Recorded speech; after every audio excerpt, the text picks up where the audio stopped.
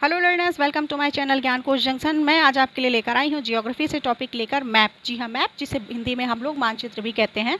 Map shows specific area of the earth on flatten surface. It tells more specific detailed information and location of a place. अर्थात मानचित्र जो है वो पृथ्वी के किसी भी भाग के सतह का एक छोटा दृश्य समतल जगह पर प्रदर्शित करता है, या दीवारों पर, जमीन पर, कागज पर, पत्थरों पर या किसी कपड़े पे भी प्रदर्शित किया जा सकता है।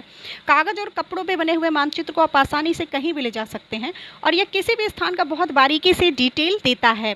इसको मुख्यतः 3 भागों में बांटा गया है। भौतिक, जिसे फिजिकल मैप भी कहते हैं, जिसमें पर्वत, पठार, मैदान, नदियों, महासागरों के बारे में बताया जाता है, जिसमें आप मानचित्र पर हिमालय पर्वत, उत्तरी मैदान, प्रायद्वीपीय पठार, मरुस्थल और तटीय मैदानों को देख पा रहे होंगे मानचित्र पर। दूसरा जो आता है पॉलिटिकल मैप, जिसे राजनीतिक मैप भी कहते हैं, जिसमें राज्यों, नगरों, शहरों, गांवों, विभिन्न देशों और राज्यों की सीमाओं को मैप में दर्शाया जाता है। जैसे कि आप मैप पर देख पा रहे होंगे, राजस्थान, मध्य प्रदेश, महाराष्ट्र, उड़ीसा, कर्नाटक, इन सभी राज्यों को अलग अलग मैप पे दर्शाया गया। तीसरा आता है थीमेटिक मैप, जिसमें सड़क, वर्षा, वन, उद्योग आदि को दिखाया जाता है, जिसमें कुछ प्रतीकों और कलर के जरिए दिखाया जाता है, जिसमें से मिनरल और फॉरेस्ट वाले एरिया को आप मानचित्र पर देख सकते हैं। कुछ ग्रीन और ब्लू करके दिखा रहा है। दूसरे मानचित्र में आप नेशनल पार्क को देख सकते हैं, जिसमें ग्रीन छोटे छोटे से प्लांट करके उस एरिया को दर्शाया जा रहा है।